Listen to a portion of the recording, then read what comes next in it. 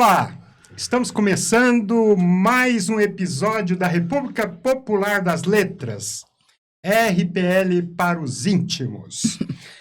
Nós hoje vamos conversar sobre um autor considerado marginal, fora do cânone ou maldito, Samuel Rabet, um judeu polonês brasileiro que viveu parte da sua vida aqui em Brasília. Ele foi engenheiro, é responsável pelos cálculos do concreto armado do Congresso Nacional e temos várias histórias para contar. Não se esqueçam de inscrever-se no nosso canal, aqui no estúdio da 8 Bits. Os convidados que temos hoje é uma grande poeta gaúcha, a Malu, Maria Lúcia Verde, que está em Brasília há muito tempo, ela é diplomata, já tem 7 livros publicados, foi responsável pela seção cultural do Brasil na Embaixada da China, fez vários trabalhos também na Argentina, é responsável por um programa Poesia do Mundo, que discute literatura do mundo todo, é colaboradora do jornal Brasiliários, portanto é cronista, e tem uma dissertação sobre a narrativa de Samuel Rabet na Universidade de Brasília. Boa noite, Malu. Boa noite, querido. Eu retiro imediatamente o grande, não sou grande em nada. Como diz o Ravel, não sei nada. Mas desconfia de muita coisa. Citando ele. Vou planando. Sou do Serviço Exterior Brasileiro, oficial chancelaria. E você esqueceu de dizer o que mais me marcou, que foi dirigir o Centro de Cultura da Embaixada do Brasil em Roma por 5 anos. Isso foi muito legal. Genial. Tá muito bom estar aqui com você. Muito obrigada estar aqui com o Daniel. O segundo convidado é Daniel Faria, professor de História na UNB, doutor pela Universidade de Campinas e especialista na questão do modernismo, com uma obra chamada O Mito Modernista, sobre a Semana de Arte Moderna. O Daniel fez parte também da Comissão da Verdade na UNB e tem estudado muito a situação do Brasil contemporâneo. A gente vai ter oportunidade de trocar algumas ideias sobre isso aqui. Então, gente, a ideia é discutir o Samuel Rabet, que é uma figura muito polêmica, muito interessante. E eu acho que a gente podia começar por uma apresentação dele, né? Você quer dar rápidas pinceladas biográficas? Posso. Bom, como você já disse, ele é polonês, chegou no Brasil com 7 anos, né? E isso marcou profundamente a biografia, a vida dele, que é a questão dele com a língua, que é essencial para compreender a obra do Rabet. Porque ele falava Yiddish em casa e polonês. Então, com 7 anos, ele chega no Rio de Janeiro e vai morar no subúrbio e começa a tentar aprender uma língua nova, o que é, para quem já passou pela experiência, sabe, extremamente desafiador, né? Uma criança, né, terminando a primeira infância, deixar, ou seja, o exílio, a questão do exílio, que é central na obra dele, exílio existencial, metafísico, de todo tipo. É marcado inicialmente por isso, pela questão da língua, da linguagem, né?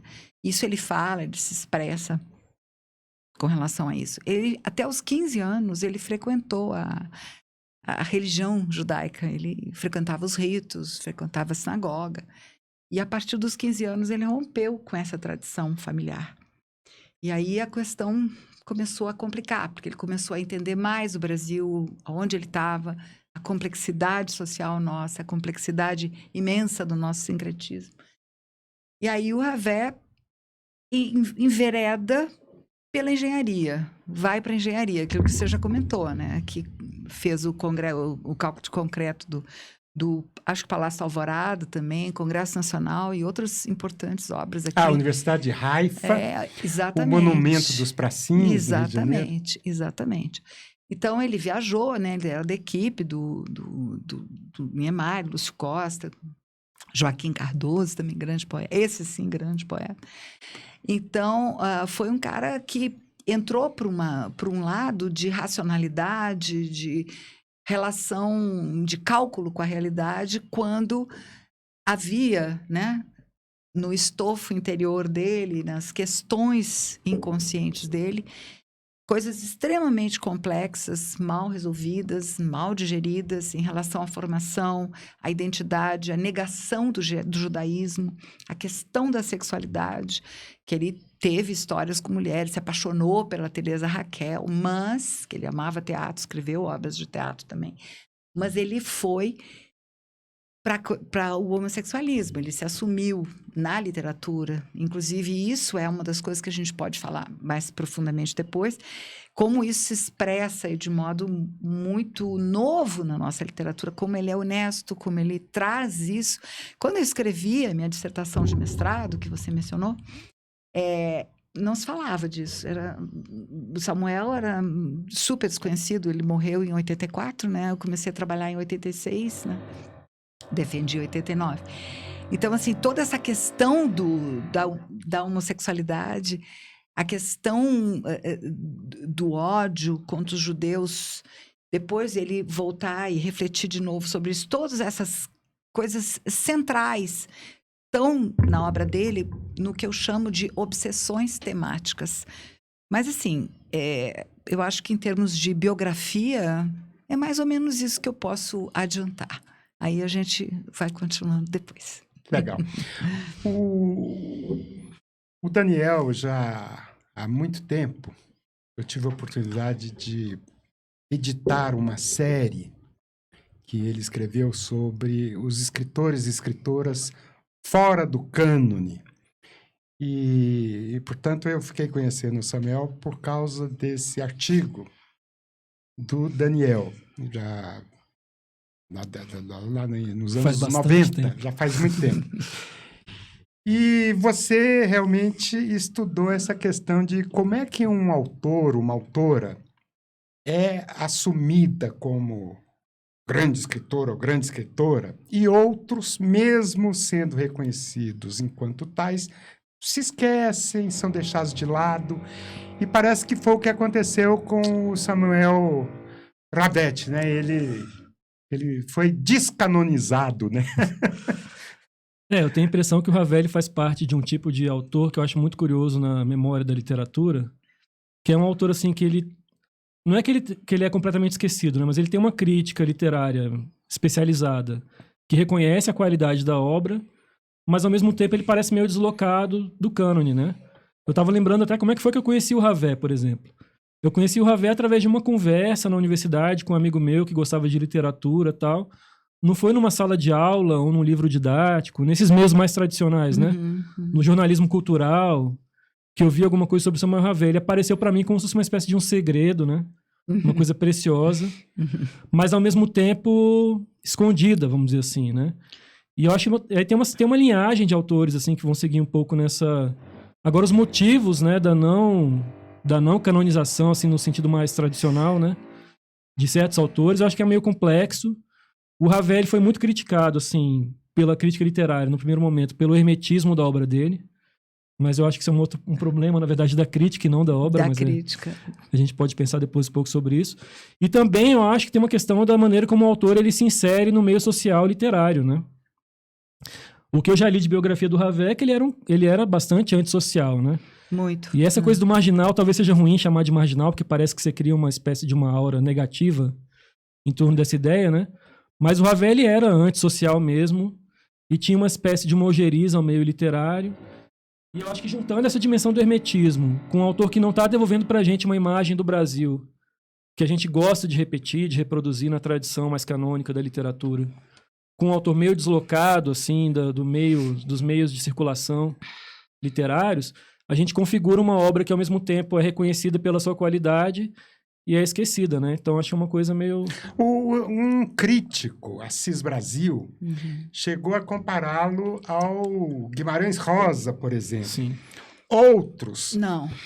sim, Mas, comparou. sim, ele pode ter comparado, eu só Comparou. não concordo. Não, ele comparou, que eu me lembro, ele comparou a importância... a de- importância da é que saiu novidade. em 56, a É. obra, Grande Sertão é em Ele 56 comparou e Contos do Imigrante também. Sim. Mas a narrativa e a linguagem não tem Não, nada a não, ver com o Guimarães. claro, mas em termos Isso de que eu quero novidade, Sim. não, claro, mas o que o Assis falou é que ele abriu Sim, portas para o novo conto pro novo brasileiro. conto brasileiro, inclusive, por Exatamente. exemplo, assumindo o fluxo de consciência, Sem dúvida. que já era conhecido nas Sem obras dúvida. românticas, Sem romanceadas, Sem mas dúvida. não nos contos, que era uma inovação Ele rompeu dele. com o conto machadiano, não tinha nada mais a ver com isso. É a questão temporal que era o essencial para ele, não a história. Não é história. Mas ele Exatamente. também foi comparado com a Clarice Lispector, que também Sim. é judia.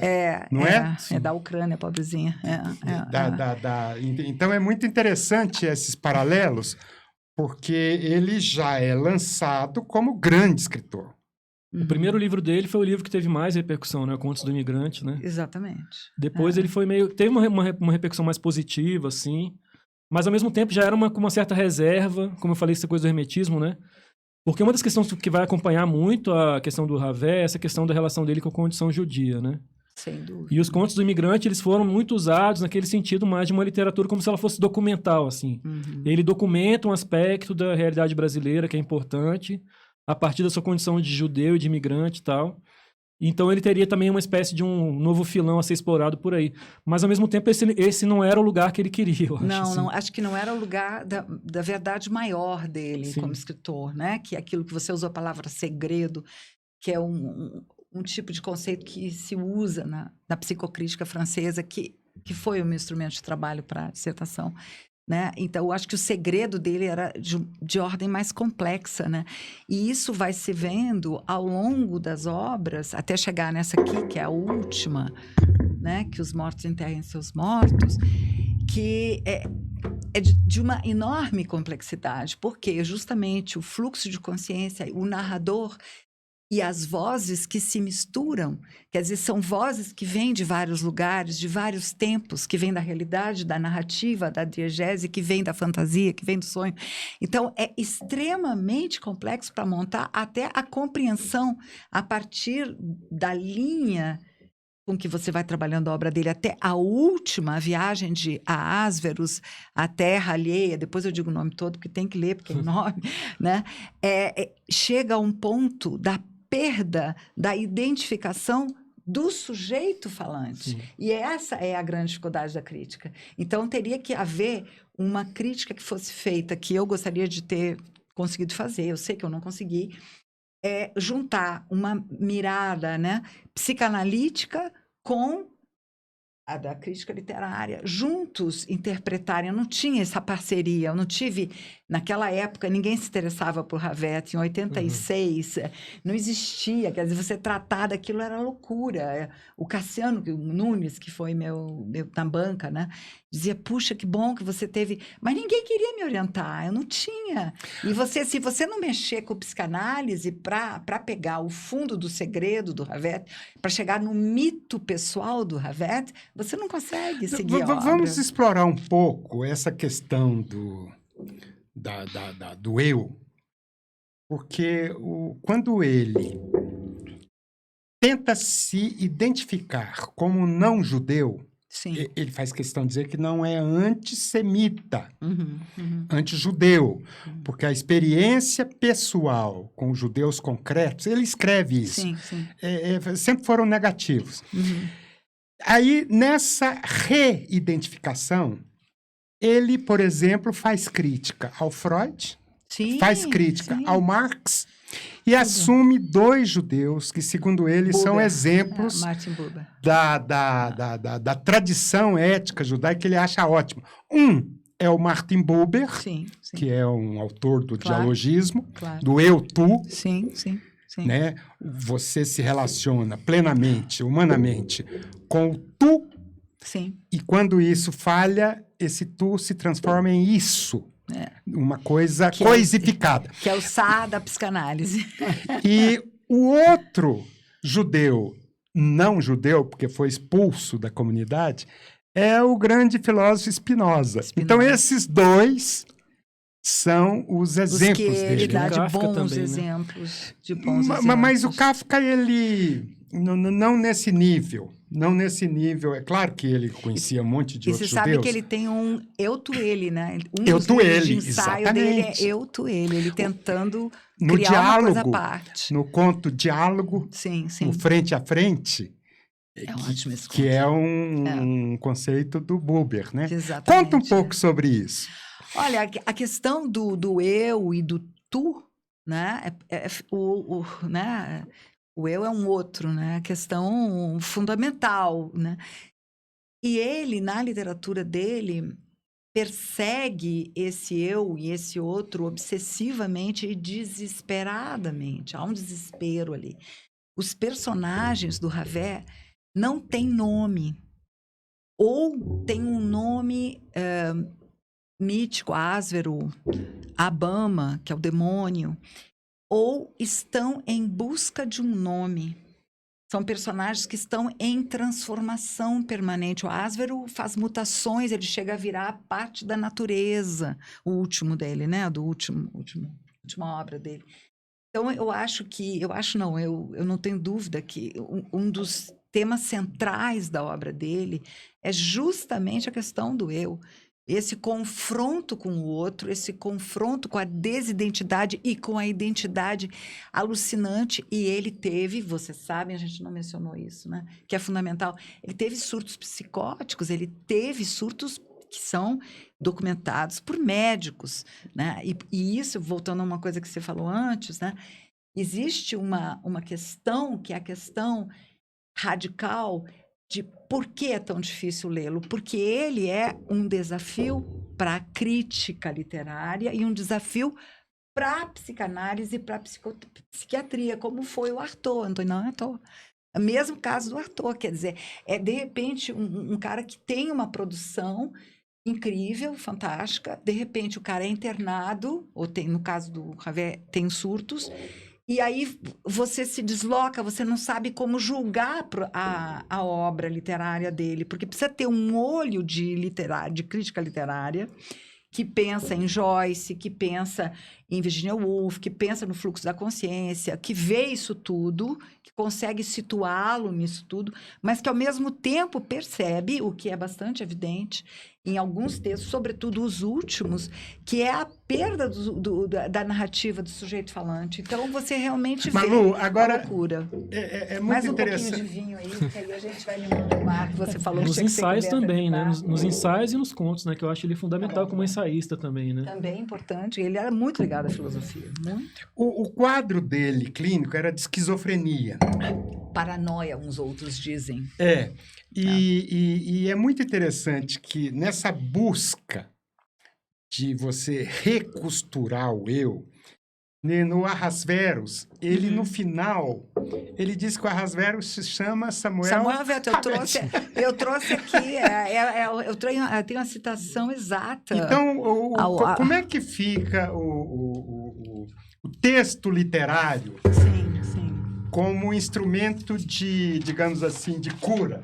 Deixa eu ler isso aqui. Viagens de Ahasverus à terra alheia em busca de um passado que não existe, porque futuro, e de um futuro que já passou, porque sonhado. Essa obra é a síntese da obra e da vida do Ravel. Totalmente. Ela tem no intertexto dele todas as outras obras, tá? E aí diz no final assim, para mim ela é uma mistura de novela picaresca, né, com novela psicológica.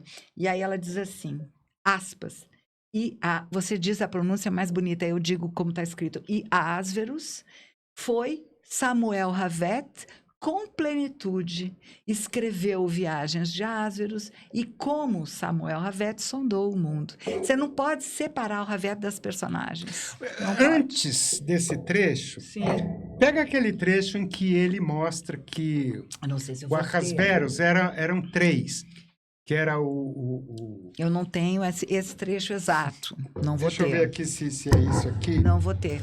O Hasver, ele não era 3, ele era múltiplo. Não, eu sei, mas no final Sim. ele vira. Eu digo que tem uma Ele, trilogia. ele era um vendedor, Sim. um mendigo e um... Qual que é esse trecho ali? Se você quer... Acho que é Porque eu acho muito interessante que ele meio que... Se a gente levasse a sério essa história de que tem um traço biográfico aí, né? Uhum. Nossa, mas tem Ele demais. meio que se entrega, Uhum. porque... Deixa eu ver, aqui na página 471... Você tá com ele aí, eu não tô. Eu marquei uma outra parte aqui, mas não é essa que você quer. É muito interessante porque ele... Eu acho que eu cheguei aqui na... Mas quando eu fiz, enquanto você acha, eu vou falar para não ficar, né? Quando eu fiz essa análise, que ela se baseia na psicocrítica, então, assim, muito com conceitos, né, do Lacan, do Freud, né? Aí você chega ao que é que ele perseguia, as tais obsessões que você vai montando uma imagem atrás da outra, uma metáfora, como é que é a própria linguagem do inconsciente, quer dizer, toda aquela coisa, né, de desestruturado, sincrônico, essa sincronia do inconsciente, né? Ele põe no texto. E talvez ele põe no texto porque ele não consiga não colocar no texto, devido à própria alucinação, né? Uhum. Então, as coisas estão todas ao mesmo tempo, estão se processando, estão se fazendo ao mesmo tempo. Todas as narrativas daquele enredo, com várias vozes, tudo dificulta muito, né? Eu acho que tem também uma questão ética, assim, que é uma Sem questão dúvida. de... Sem dúvida. Você que falou em costurar o eu, mas eu acho que ele tá mais tentando descosturar, porque tem uma ideia de que o eu e o outro, a sua relação entre eu e o outro é uma relação mediada por sistemas de pensamento, pela linguagem, etc. E o Ravel parece que o tempo todo ele está procurando um encontro que vá um pouco além disso, né? Sim, sempre além. E que você rompa com essa... Por isso que eu acho que é muito difícil localizar o Ravel, ao mesmo tempo que é muito biográfico, mas a biografia ela é uma armadilha também, no caso dele, eu Sim, acho. não, claro. Porque ele está o tempo todo fugindo da própria biografia, uma coisa meio... Mas não consegue. Não Porque consegue. o trecho é esse aqui, Não consegue. para a que gente bom que você situar. achou, que bom, ótimo. Na vez seguinte, escreveu um palavrão, deu gorjetas a todo mundo e, cantarolando, vestiu uma camisa listrada e saiu Por aí. Você gostou. Se viu na avenida. E era 3, então. Era 3. Um mendigo, um entalhador, um vendedor de cocadas. Olha que barato. O mendigo era negro, de carapinha branca. O entalhador, mulato, vigoroso e mulherengo. O vendedor, branco, vestido de branco, médio, sóbrio, controlado, pederasta. Não é? Muito bom, né? Muito bom. Esse olho, né, para a população em torno brasileira, coisa do subúrbio, né? Muito bom, muito bom. Vestiu essa camisa listrada e saiu por aí. É ótimo. Eu acho que ele vê isso como uma espécie de um objeto do desejo, assim, né? Que ao mesmo tempo que ele se sente deslocado, eu tô falando a partir da literatura dele, né? Claro. Sem querer psicologizar aqui de maneira claro. indevida, né? Mas essa coisa do subúrbio parece como um objeto... Ele gostaria de ser, mas ao mesmo tempo ele não se consegue, enquadra, claro, não consegue. Claro. Então ele está o tempo todo procurando alguma coisa que a gente não sabe exatamente. Exatamente. É a desidentidade de alguém que perdeu por causa do exílio, a questão do exílio, né? Ele perdeu essa identidade dele. Ele não tinha relação boa nem com a família dele. Sim. Vocês sabem que quando eu escrevi a dissertação, eu não consegui ler as obras de teatro. Eu só li os ensaios e romances, contos, porque não estavam publicadas. Agora, a família dele, muitos anos depois, é recentíssimo, publicou tudo. Agora, as pessoas podem ler as obras de teatro, que eu não pude trabalhar com elas. Então, tem ainda nessa toada, tem um conto que eu achei, assim, muito interessante, que é o Kelevin. Kelevin. um livro, um conto do livro Sete Sonhos. Sete Sonhos é muito bom. E aí, esse Kelevin ele começa dizendo que isso não existe e que é uma invenção dele. Ele inventou esse Kelevin. Sim, sim. Kelevin, segundo eu entendi, é o contrário de Passárgada. O contrário É o de Passárgada. inferno. Não, na verdade, ele não sabe o que é. Ele fala, é um reino, é uma república, é totalitária, é democrática. Ele não Em sabe. geral, ele não sabe. De qualquer forma, ele acha que aquele local lhe é hostil. Lhe é hostil. E aí, no final do conto, ele diz o seguinte: no plano ainda da pura imaginação, Kelevin precisava destruir um homem. No mesmo plano, esse homem teimava em viver para escândalo de todos. E em Kelevin, levo uma grande vantagem. Olha o fluxo de consciência. Mudou, né? Não, o tempo todo muda. Não sou amigo de ninguém. Sim. E em Kelevin leva uma grande vantagem. Não sou amigo de ninguém. Não é interessante isso aqui? Muito. Isso aqui, eu quero te mostrar uma outra aqui que tem isso, que é genial. Onde ele justamente, aqui, ó. No ensaio dele, né? Um ensaio dele que se chama Aquele Eu, Tu, Ele. Meu nome, entre outros, é Narciso. Não faço versos, sou poeta.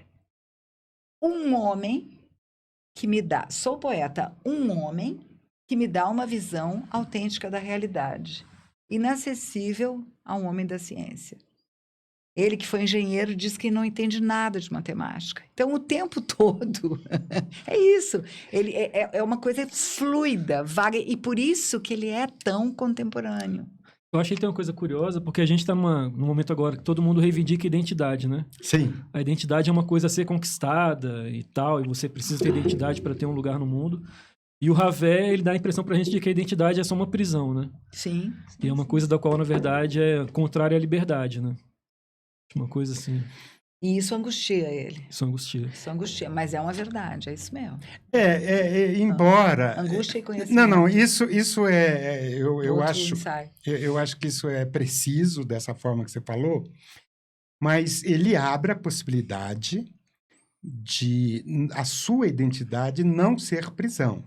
No ensaio sobre o homossexualismo, em que ele contesta tanto a direita, Carola, religiosa, quanto a esquerda moralista, Sim. ele deixa absolutamente claro que a identidade do homossexual é um exercício da liberdade do indivíduo, que é absolutamente não. E isso levou o Daniel Foster, que é um professor da Universidade do Arizona, Sim. a situá-lo como pioneiro da bibliografia da teoria queer no Brasil. Por isso eu fui convidada pelo Departamento de Comunicação há muitos anos para falar dele. Por causa do pessoal, sabe o Denilson Lopes, que é um cara super cabeça, muito querido amigo. Ele e a Angélica Madeira me chamaram para falar. Exatamente por isso. Exatamente por isso. Mas eu tenho a impressão que a Fortuna Crítica procura sempre, de alguma forma, localizar de volta o Ravel, devolver o Ravel para algum lugar. E ele não escreve dessa forma, como se ele estivesse nesse lugar, entendeu? Não, ele é ao contrário. Posso ler um trecho sobre o homossexualismo? Sim, que eu acho que é bárbaro, porque, assim, é de uma densidade, e justamente com essa questão, né, da angústia e tudo. No silêncio que os distancia, novamente um feixe retesado se encordoa a seu lado e mergulha as difíceis palavras a serem pronunciadas num molde de aço e chumbo a descer cada vez mais até um centro diminuto, prenúncio de uma explosão. Olha que metáfora para coisa sexual incrível, né? Até onde iria? Aceita a sugestão de procurarem um pequeno hotel numa travessa. Dobram à esquerda, casarões antigos vão aparecendo com um aspecto de cabeça de porco. e alguns até abandonados, muros em ruínas e alguns tapumes já prenunciando demolição futura. Atravessam a rua e encontram o portão de ferro apenas encostado. Uma vegetação desordenada domina o que já fora jardim e sobem os 5 degraus de ferro até uma varanda lateral. O quarto não tem 2 metros de largura. O amarelo da pintura tem manchas de umidade em toda a volta e o fio da lâmpada, vindo de fora por um buraco acima da porta, está preso por um grampo ao teto. A lâmpada oscila ainda, pois o movimento da porta fez vibrar a instalação. Já vira outros piores. Alheio à própria presença ali dentro, prendia-o uma quietude e uma certa umidade de capim e folhas. Definir exatamente os sentimentos ao ver o outro, já sem roupa, apenas de cuecas, ser-lhe-ia uma tarefa tão longa que significaria uma nova ausência ali. E queria estar presente. Precisava estar presente para vislumbrar uma pequena abertura no que era mistério, náusea, repugnância e estigma. A voz do outro era funda, podia-se ouvir quase o ar fazendo esforço na garganta, e o acento melancólico, inevitável. O silêncio depois foi prolongado, e quando se ergueu da cadeira e apertou-lhe a mão em despedida, viu nos olhos súplica tão intensa que não conteve. Abaixou o corpo e beijou-o. Isso é muito interessante. Muito forte, né? Tem um trechinho aqui Muito bom, né? Muito bom. Tem um trechinho aqui Excelente. da tese do David. Eu falei Daniel, mas é David Foster. A gente perdoa. Que ele diz o seguinte, que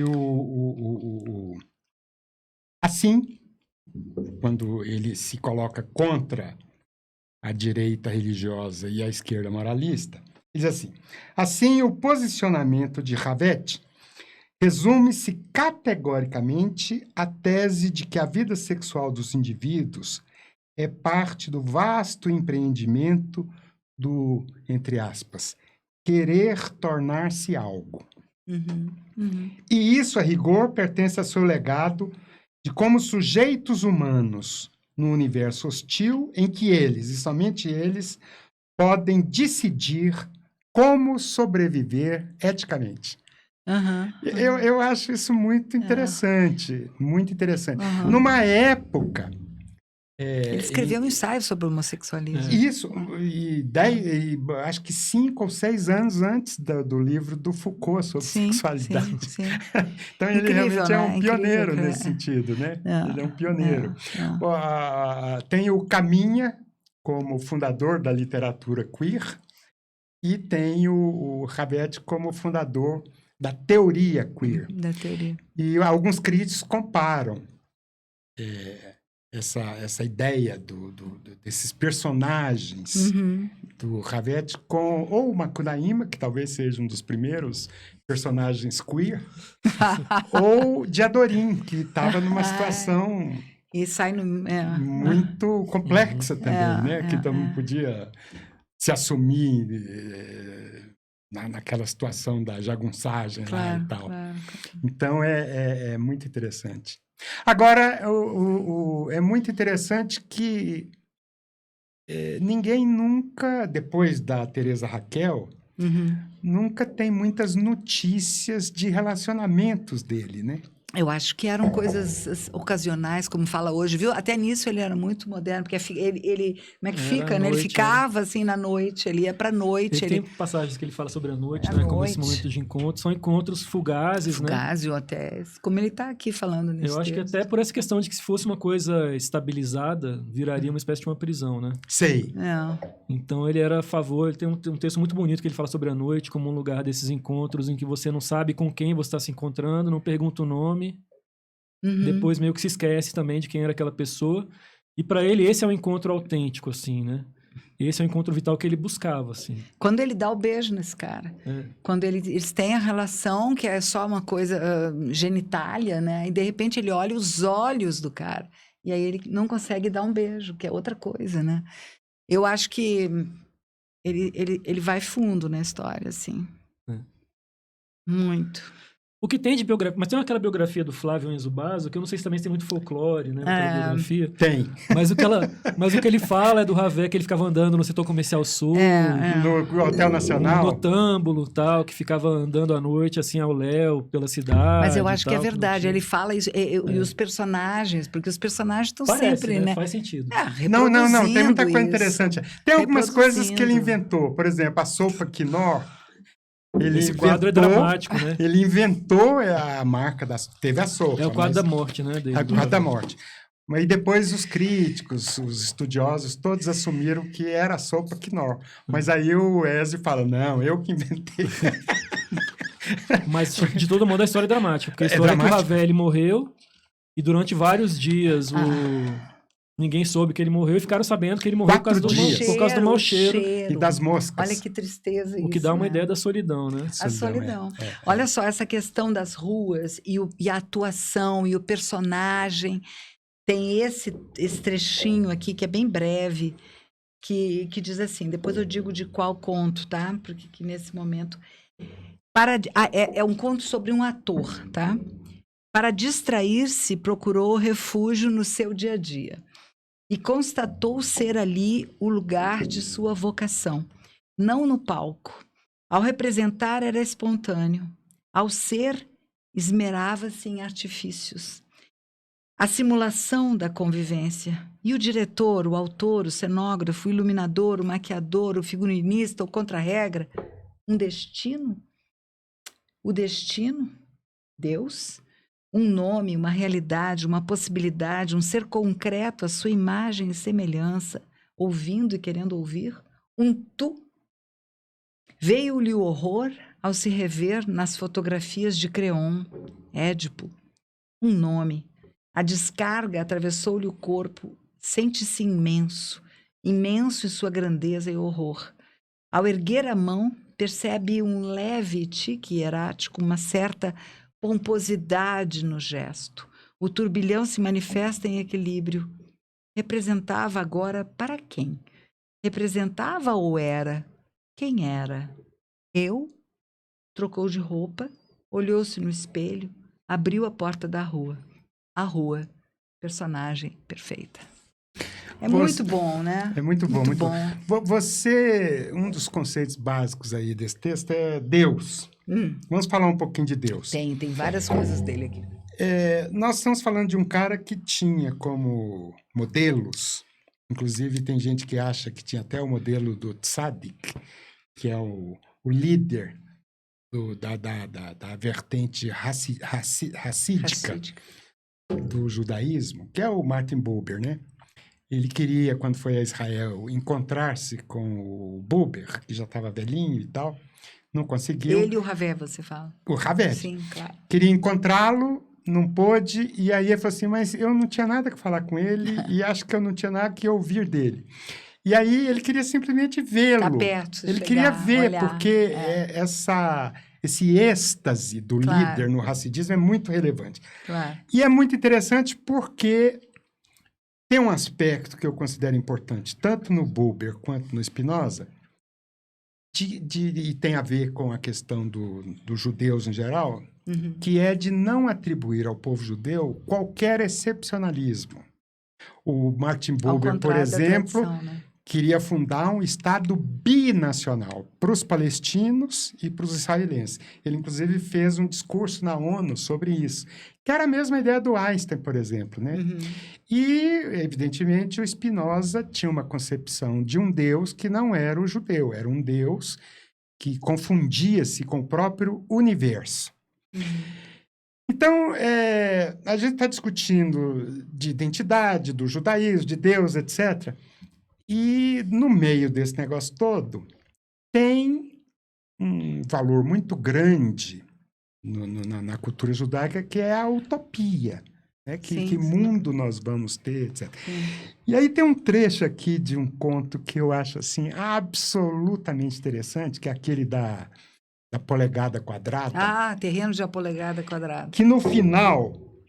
Que é dos mais herméticos. Mas é muito interessante, é longo, né? Mas no final ele fala assim: o ponto concreto do nosso contato entre o objeto e os nossos sonhos. Sim, É uma sim. espécie de subtítulo. O táxi ultrapassava a central e subia a Presidente Vargas. No banco de trás, a cabeça derramada no encosto, ele não sabia ao certo se balbuciava ou não. Era um enorme ponto de interrogação. O senhor falou alguma coisa? O chofer virou o rosto rapidamente. Não, eu tive a impressão. Você acredita em Deus? Eu tenho isso aqui. Eu gosto. Não, sei lá, eu não penso nisso.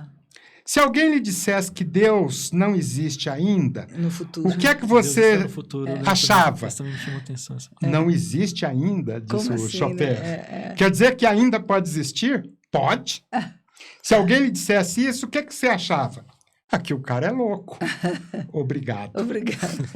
Encostou novamente a cabeça no encosto, dessa vez com a certeza de que não balbuciava.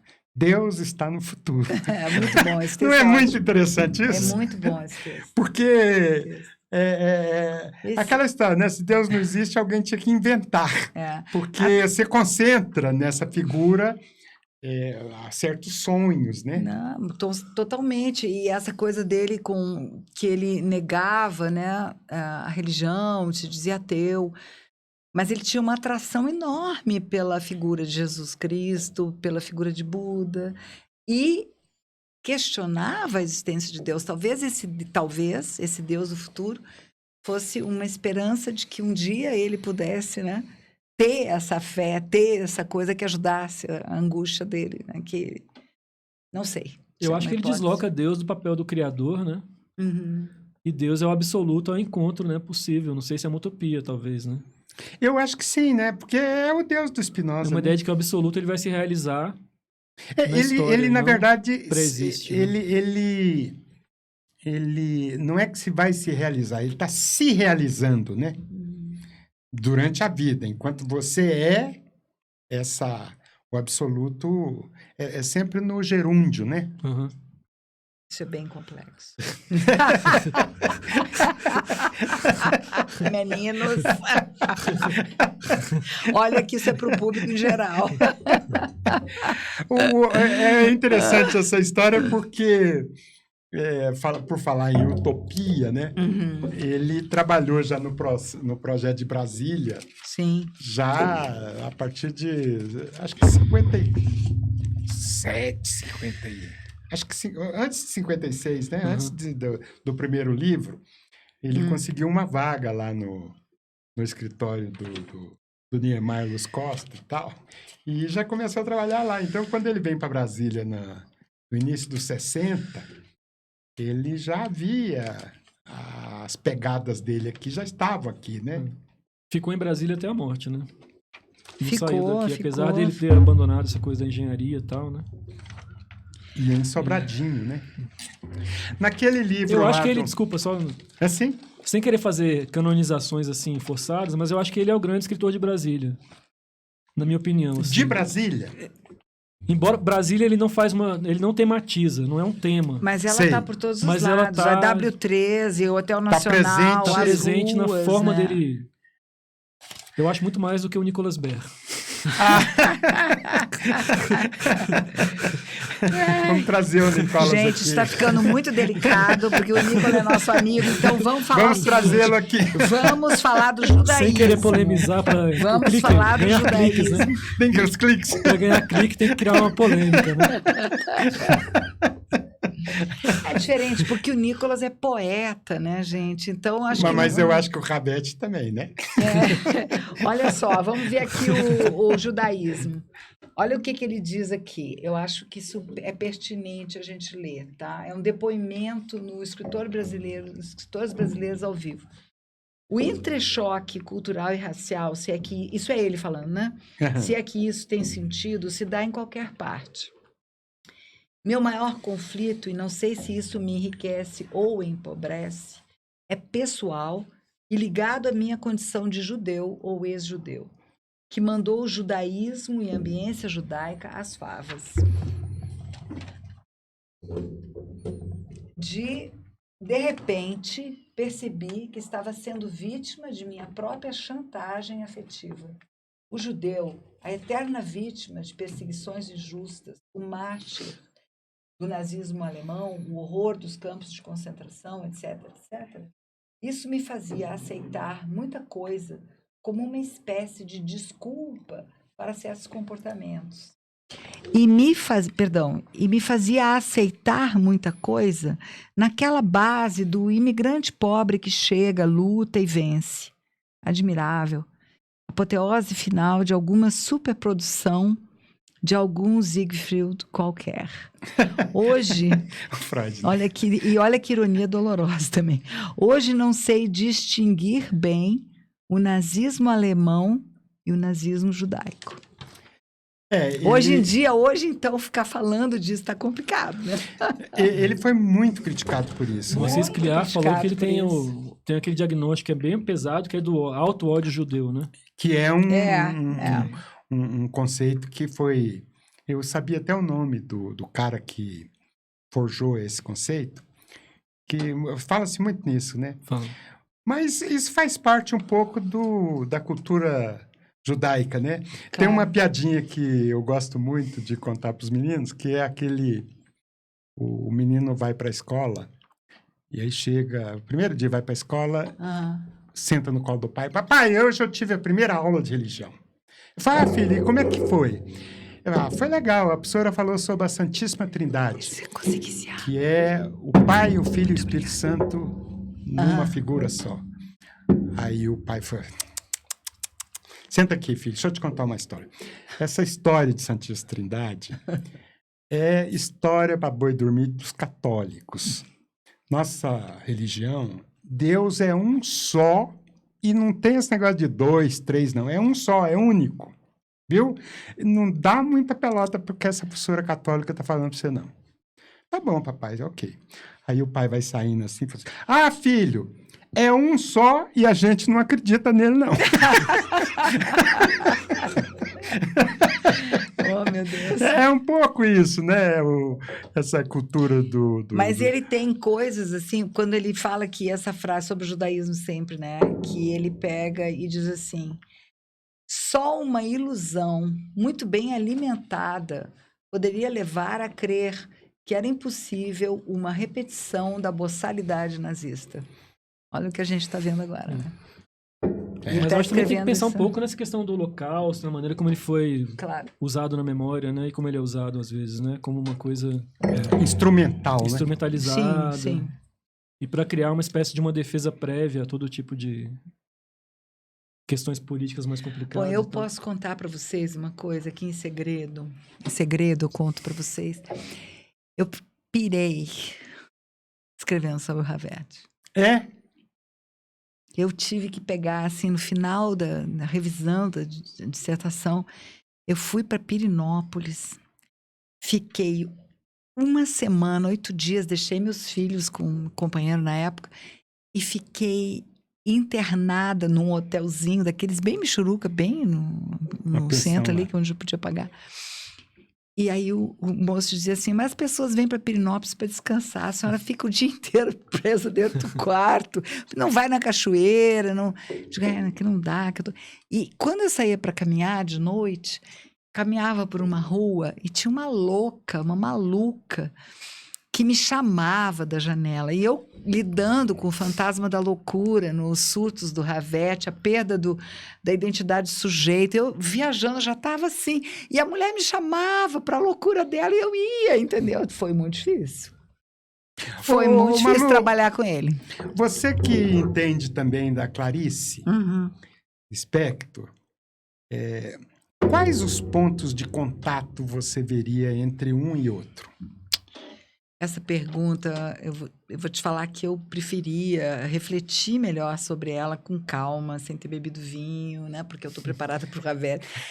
Porque além da questão óbvia, a questão óbvia é 2 judeus estrangeiros que vieram para o Brasil enfrentaram a mesma questão, a questão da língua, adaptação, exílio. Mas isso é o óbvio, né? Aí se você vai para a obra, para eu responder isso com mais pertinência, teria que pensar melhor sobre isso. Eu prefiro aqui só dizer isso, o óbvio. Eu sou muito cuidadosa. Os dois eram fãs do Spinoza. Sim, tá bom. Outro ponto em comum. Fluxo de consciência também. Também. Não, claro, corpo, claro. Né? A questão do corpo, Mas, tal. digamos assim, só tentando... Sim, não, eu entendi perfeitamente. Uma pincelada, Claro. eu te diria o seguinte, a Clarice consegue manter estruturado o pensamento, a digressão da narrativa, os contos de forma muito mais estruturada, lógica, controlada. Ela não teve os surtos que o Ravet teve. Ela vivia uma angústia existencial, uma questão com a solidão, com as coisas, mas ela não perde a racionalidade e o controle da narrativa. E o Samuel Ravet perde. A gente acompanha a perda. E é interessantíssimo. E isso, para mim, é que faz que seja uma coisa genial. Porque, de repente, uma literatura que consegue expor isso como nunca foi exposto. Isso é incrível. Você pensa que o ensaio está indo para um lado e você vai acompanhando. E, de repente, ele muda para outro. Tudo. E vai para uma coisa que é a linguagem do inconsciente que fala no Ravet. Cada vez mais, conforme saindo do conto do imigrante, que não é a linguagem do inconsciente. Você vai lendo. Chega no Asverus, condensação, sincronicidade, falta de lógica, é a linguagem inconsciente. Agora, ao mesmo tempo, tem uma coisa interessante, que eu acho que ele sabia mobilizar recursos que lhe eram familiares para fazer certas descrições. Eu fiquei muito impressionado, por exemplo, com um conto chamado A Porta, que o trecho inicial é a descrição de uma porta enquanto objeto físico. Sim. Inclusive com a utilização de palavras técnicas que só ele sabia, como consoeira, que é o conjunto das tábuas que forma a porta, né? Eu acho isso assim muito interessante, porque ele fala dos ângulos, ele fala, por exemplo, da visada de determinado ângulo, assim, de perspectiva. É uma coisa muito interessante. Eu vi que em vários textos ele abusa desses recursos, né? Por outro lado, uma coisa que eu acho muito interessante é você fazer um censo de expressões e palavras. E eu achei muito impressionante o número de vezes que ele usa, por exemplo, a palavra nojo. Muito ódio, nojo. Nojo, que é aquele engulho existencial, né? É claro que eu estou pensando no Sartre, né? Na náusea. Que é maravilhoso. Então, ele usa esse tipo de... É interessante, porque fica também, ao mesmo tempo que é hermético, assim, de maneira mais profunda, pelo menos na superfície, fica muito transparente. Porque eu acho que essa coisa do hermético, para mim, é um problema da maneira como a crítica lidou com a obra dele. Porque é uma crítica que espera uma coisa didática, assim. Exatamente. Né? Sei. E aí o hermetismo, na verdade, para mim tem muito mais a ver com hábitos de leitura, o eventual hermetismo, com certo hábito de leitura. Sei. E também, quando, assim, ele é desestruturado, mas não quer dizer que seja uma coisa amorfa, né? Sei. Ele tem uma forma, mas é que ele vai se desestruturando ao longo do texto e tal. Mas não é um texto que seja meramente caótico, assim. Eu acho que essa é uma questão... Não. É um texto que traz as sensações, as percepções, a interação com os objetos, com as pessoas, com o entorno, que tem muito a ver com uma coisa do psicótico também, né? E ele nomeia e anota isso e coloca isso de um modo que eu acho que não tem outro na literatura brasileira. Eu acho que ele convida quem está lendo a meio que entrar na viagem dele. Se você ficar tentando enquadrar ao longo da leitura, você não vai conseguir acompanhar. Ele tem uma linguagem cinematográfica totalmente. Também. Cult movie dos anos 80, Jim Jarmusch, por aí. Eu não tinha dito isso. Totalmente. As palavras soltas, assim... Sim, fragmentos, né? Claro. São imagens, né? Que ele vai lançando. E você reconstrói as cenas. Super cinematográfico. E ele é muito ligado, né? Cinema, teatro, né? Então, assim, teatro, tudo isso, né? Se vê... Fala um pouquinho do teatro dele. Pois é, esse é o problema.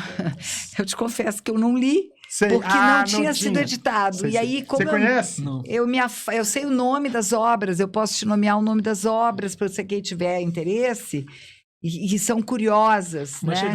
chegou a ser encenado? Essas... Olha só, tá tudo, não. Uma delas foi encenada, acho que foi a Miriam. Aqui, peraí que eu tenho aqui o teatro, aqui, eu botei aqui os títulos, pelo menos os títulos para as pessoas. Tá aqui. Os Amantes, Miriam, A Noite que Volta, que foi reescrita com o título O Lance de Dados. Ó, Malarmé. Exato. E a última, que é a coisa gozadora dele, do Camisa Listrada, né? Brasileirão. Farsa da pesca do pirarucu e da caçada do jacu.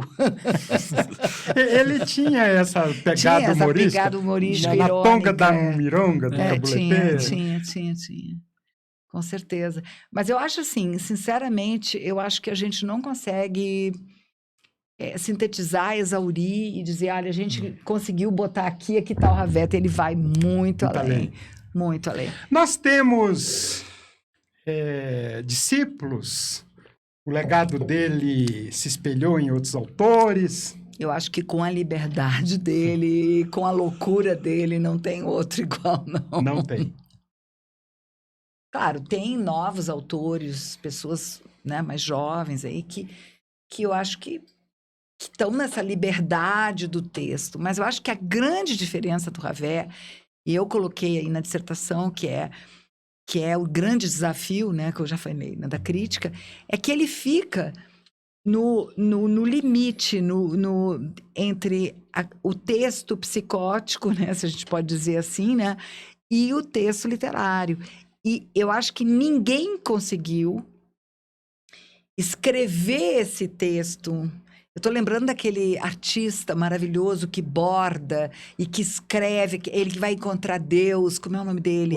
O Arthur Bispo do Rosário. Que ele escreve textos incríveis. Agora, ele não chega a fazer contos, novelas como Ravet, mas ele escreve uns textos incríveis a partir da loucura dele. Tem aquela Maria Lopes Cansado. Mora Lopes Cansado, que o Severino Francisco trabalhou com ela. Mas são muito poucos que vão no fundo, que é genial conseguir falar a partir dessa coisa cindida do eu, que é de uma dor inacreditável. O Joyce, certa vez perguntado sobre loucura e arte, primeiro ele desqualificou a pergunta dizendo que a gente não pode levar em conta essa normatividade da sanidade mental, né? Que esse negócio de dizer quem é doido, quem não é, etc. Mas, de qualquer forma, no final ele disse assim que as pessoas muito normais não produzem. Mas eu acho que a loucura verdade, mesmo, a loucura né? no seu... Eu não, assim, a impressão que eu tenho só é que a loucura, ela tá confinando com o silêncio, né? Ela confina com o silêncio.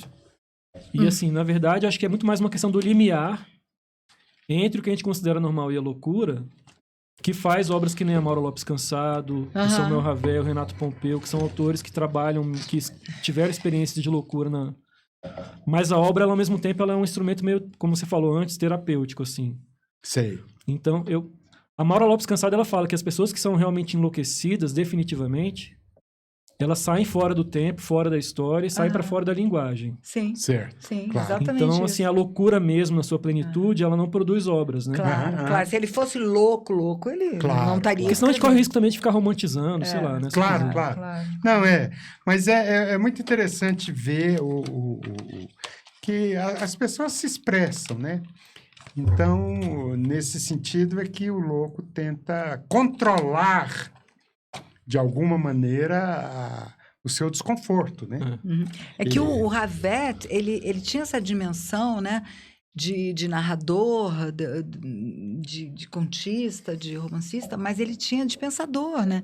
Quer dizer, ele tem vários ensaios, né? Vários que são complexos, desafiadores. Ele lia muita filosofia, ele ia a fundo. Então, não é, como eu disse há pouco, não é fácil você chegar e dizer, o Ravet é isso, não. Eu vou trazer aqui Deus, duas citações dele sobre Deus que eu achei. A experiência de Deus é a experiência da consciência de Deus. No limite, a consciência é Deus. A experiência de Deus é também, fundamentalmente, a experiência da morte. Outra, lembro de uma observação de que Deus seria uma experiência do não eu. Creio, por experiência pessoal, que Deus é uma experiência do eu, em sua expressão limite. E essa experiência tem um valor importantíssimo na análise dos sonhos e na compreensão de certos comportamentos normais e patológicos. Ele tenta entrar para um campo da psiquiatria, da filosofia, que são coisas complexíssimas. O Martin Buber, que ele admirava muito, Muito. qualificava Deus como o tu universal, né? Então, a plenitude do sujeito seria esse encontro do eu com tu. E com o tu universal, então, é também muito spinoziano isso, né? Deus é uma voz sem rosto que te interpela, né? Que bonito. Mas que é você mesmo, né? Você está dentro. Você Está tá dentro, né? Então, não é o oposto, né? Não é um objeto. Mas é um chamado. Sim, que é um chamado do próprio eu, né? Do próprio eu, porque a gente que não reza, não sei vocês, mas eu que não sei rezar, que não rezo, que não tenho religião, tem horas que dá um desespero em certas situações que você diz, ai meu Deus, me ajuda a poder falar contigo. Deus salve o Brasil. Se eu quiser falar de Deus. Ai, eu amo essa música, gente, eu preciso estar nu. E o Javier fala muito disso, a coisa do corpo, né, também é muito importante, a gente não falou disso, a coisa do corpo também é muito importante. Que é outra coisa spinozana, né? Porque a única coisa que existe é o corpo, né? Ai, que tristeza. É corpo. Na hora que acaba, gente... Na hora que acaba, sobram moscas azuis. Tem uma passagem dele agora que eu não vou lembrar direitinho, mas que ele fala que esses sistemas filosóficos e as ideias e tal servem meio que para encobrir essa experiência primordial, que é a experiência do corpo, né? Que é a experiência do corpo. Exatamente. E, aliás, eu lembro dessa colocação dele, ele falando de teorias em geral. Né? Teorias científicas, etc. Ele falou assim, não adianta a gente ler, a gente só vai entender mesmo se você sair para a rua, se você experimentar. Então, certas experiências, as teorias não dão conta. Não dão conta. Ele fala de uma experiência que ele estava deitado numa caminhonete, olhando para o céu, e ele concluiu que os pré-socráticos estavam certos, e não toda a física moderna sobre o cosmos, porque o corpo dele testemunhava aquilo que os pré-socráticos falam sobre a natureza, e não aquilo que as teorias físicas modernas falam sobre a... em certo sentido ele tem razão, porque tem certas teorias modernas. Mas é engraçado um cara desse ser um engenheiro também, cara, né? mas olha, o isso, Aristóteles pegou isso dos pré-socráticos, Heráclito está em tudo isso, cara, né? Eu acho que essa formação dele, matemática, né, é fundamental para entender o mundo. Que é a história de medir as coisas. Né? Parece que a poesia do Joaquim Cardoso vai um pouco nessa toada. Totalmente, né? Nessa toada. Totalmente. Que é o cara que tem o metro, ele consegue colocar-se diante do mundo e ele sabe interpretar dimensões, digamos assim. Não é? E o encontro com o demônio, que a gente não falou. Ah, é? O Abama. O Abama é uma novela, personagem, né? uma novela, e é o encontro com o demônio que está dentro dele, né? Ele escreveu em Israel, né? Isso eu não me lembro, se ele escreveu em Israel. Isso eu não me lembro. Ou pelo menos começou lá e tal. É o melhor da obra dele, curiosamente, assim, o livro dele que foi mais aclamado pela crítica, na minha opinião, não é o melhor da obra dele. O melhor da obra dele é o que vem depois, não é o Contos do Imigrante, é a Abama. É os sete sonhos. Sete sonhos que os homens... Claro, não é o melhor. É porque a crítica canônica compreendeu Contos do Imigrante. Contos do Imigrante não tem dificuldade de compreender.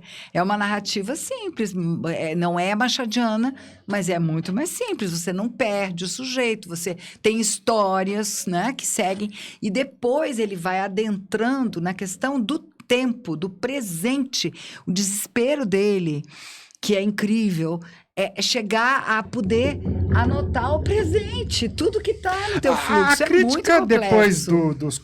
dos migrantes, ela não abandonou, de certa maneira? Abandonou. Abandonou. A Não, crítica, né? o Ravel As abandonou. editoras, a crítica. Não dou a menor Eu bola. Ele fiquei- publicava, ele bancava as próprias. Depois do Contos do Imigrante, ele que bancava as próprias edições. Ele que e são bancava, super exatamente. Parece que ele vendeu um apartamento Sim, para sim, financiar, sim. não é isso? Sim. Porque eu fiz um levantamento aí essa semana e eu fiquei impressionado com o número de estudos, teses, dissertações, artigos, etc., sobre o Ravel. Tem bastante. Sabe que a minha eu nunca publiquei, né? Não publicou? Não tive coragem, achei que estava muito... Ela é de 1900 Eu acho que eu fui tão dentro, modéstia à parte, que eu não tenho coragem, porque eu acho que eu percebi, indo tão dentro, que eu estava tão pouco. De que aquela ano? Quando é que coisa, você né? terminou? 89. Então... 89 não tinha ninguém Não trabalhando tinha com Ravel. ninguém, eu fui absolutamente pioneira. E eu não sou citada por ninguém, porque eu não publiquei. As Podia edições mais publicar, hein? recentes é Mas de que 2000 não pra tem cá. Né? agora. A Civilização Brasileira editou, né? Os 2004. Contos, 2004, né? 2004. Então, entre década de 70 e 2004, Ele foi esquecido. tem um vazio aí. Que coisa interessante, né? Muito interessante, muito. Aqui tu tá falando do nojo, né? Esse do Zacarias no Abama, o personagem é o Zacarias, né? Não sei se você quer que leia. Leia. Quer? Nós temos tempo aqui. Seu papo. Tem. Claro. Então, é o personagem Zacarias, né? Que é o personagem central desse culto, tá escutando uma fala do miúdo, do menininho. E ele escuta esse grito. De repente, o miúdo soltou com a voz ainda fina, mas igual, sem ambiguidades, tudo o que provavelmente vinha represado há muito tempo. E vinha com tanta energia que o outro não moveu um dedo. Todas as possíveis obscenidades, todas as palavras na aparência comuns, mas ali expelidas com acentos pornográficos, todas as partes do corpo humano saturadas de carga erótica, todas as inversões possíveis, todas as aproximações apenas imagináveis, todos os apêndices, todos os orifícios, numa sarabanda de sugestões de cópula. E os lábios se contorciam de ódio e a língua produzia grotesca contrafação de membro. Zacarias tentou uma explicação para a ausência de nojo. Não a encontrando, fixou-se com mais atenção no miúdo. Um pouco mais adiante, ele diz: puro como as águas do esgoto, tratadas e filtradas, imaterial como a face de um santo após a flagelação, ódio trazendo a nostalgia de outro ódio, elementar, desvinculado de afrontas, puro, imaterial, sem compromissos nem antecedentes, um ódio difícil de encontrar em um adulto. Pasto de ódios. O corpo franzino se agita e transpira a negação de tudo que lhe foi negado. Maré de ódios, despeja espuma e detritos do acaso. Zodíaco de ódios, oferece em cada morada uma chaga, e em todas o mesmo ódio adaptado às circunstâncias. Talvez isso explique a falta de riso, a ausência de gracejos. Montado no ódio, o animal híbrido de potro e corça se apruma, atrelado ao ódio, o desequilíbrio do que participa de duas formas se mantém instável em novo equilíbrio e dura apenas o que dura o ódio. Você sabe que isso forte. me faz... isso parece um reflexo, algo que me lembra o Une Saison en Enfer, do Rimbaud.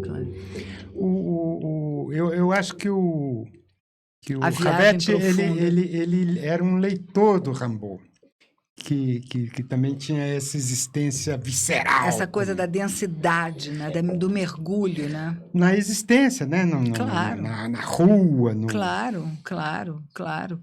Você pode aproximar na nossa literatura do Lima Barreto, né? Eu acho, assim, que é o que pegou essa coisa, não chegou aí, eu acho, não se libertou, que acho que a loucura dele foi menor, talvez, mas eu acho que toda a ligação do Lima Barreto com a marginalidade, com os fantasmas, com as questões sociais brasileiras, aproximam ele do João Antônio também. do João Antônio. João Antônio.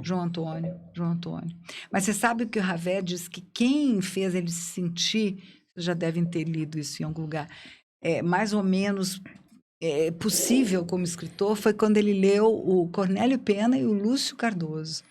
Que ele disse, esses me traziam uma coisa, né, da intimidade, da coisa da psicologia, com a qual eu me identifiquei, porque não era o que estava se lendo naquela época, né?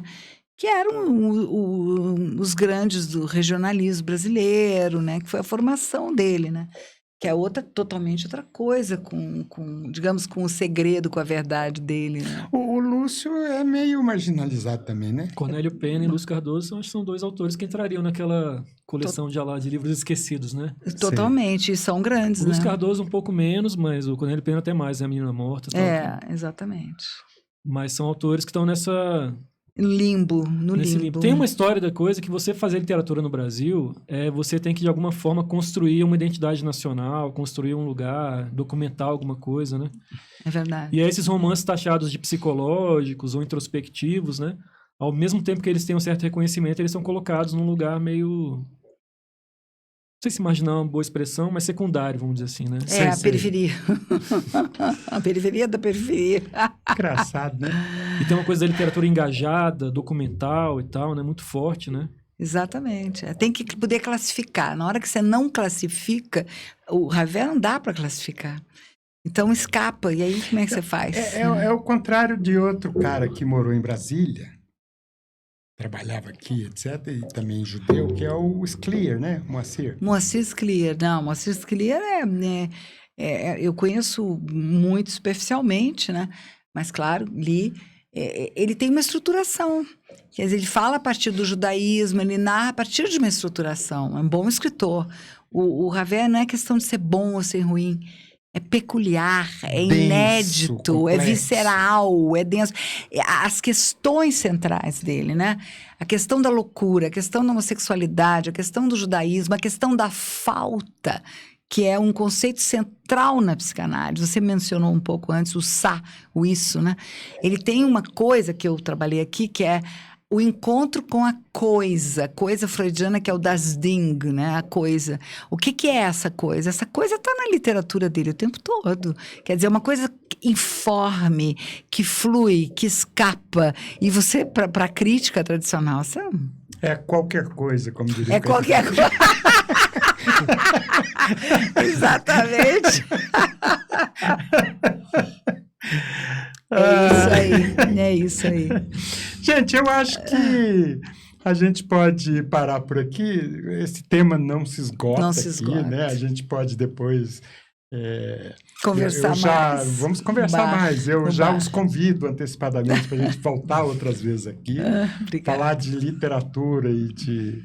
Outros autores também, com prazer. De outros autores, de cultura em geral, né? Que a gente está precisando debater. Então, essa é a República Popular das Letras, RPL para os íntimos. Não se esqueça de se inscrever e clicar no sininho. É a primeira vez que eu falo. Até a próxima, gente. Obrigado. Tchau.